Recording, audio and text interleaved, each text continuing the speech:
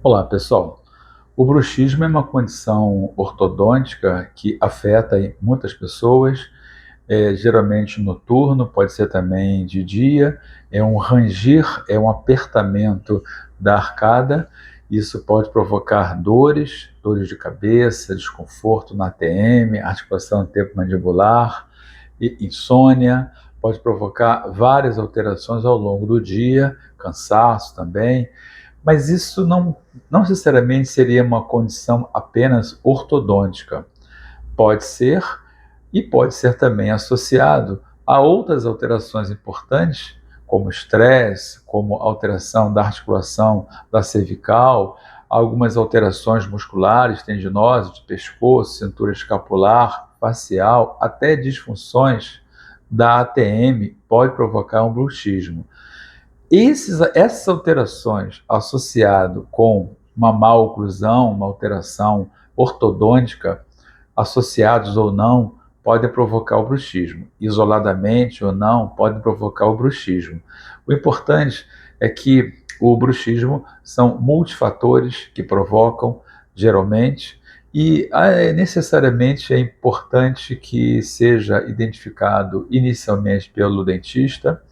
Existem placas de alívio, placas oclusais importantes para aliviar a tensão e proteger até a arcada. Isso são medidas fundamentais para o controle do sintoma.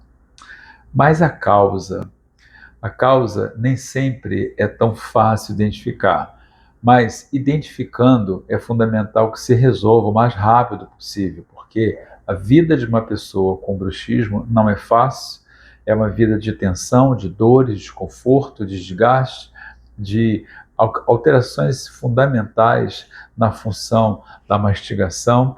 Tudo isso pode provocar danos sérios à vida das pessoas que têm bruxismo.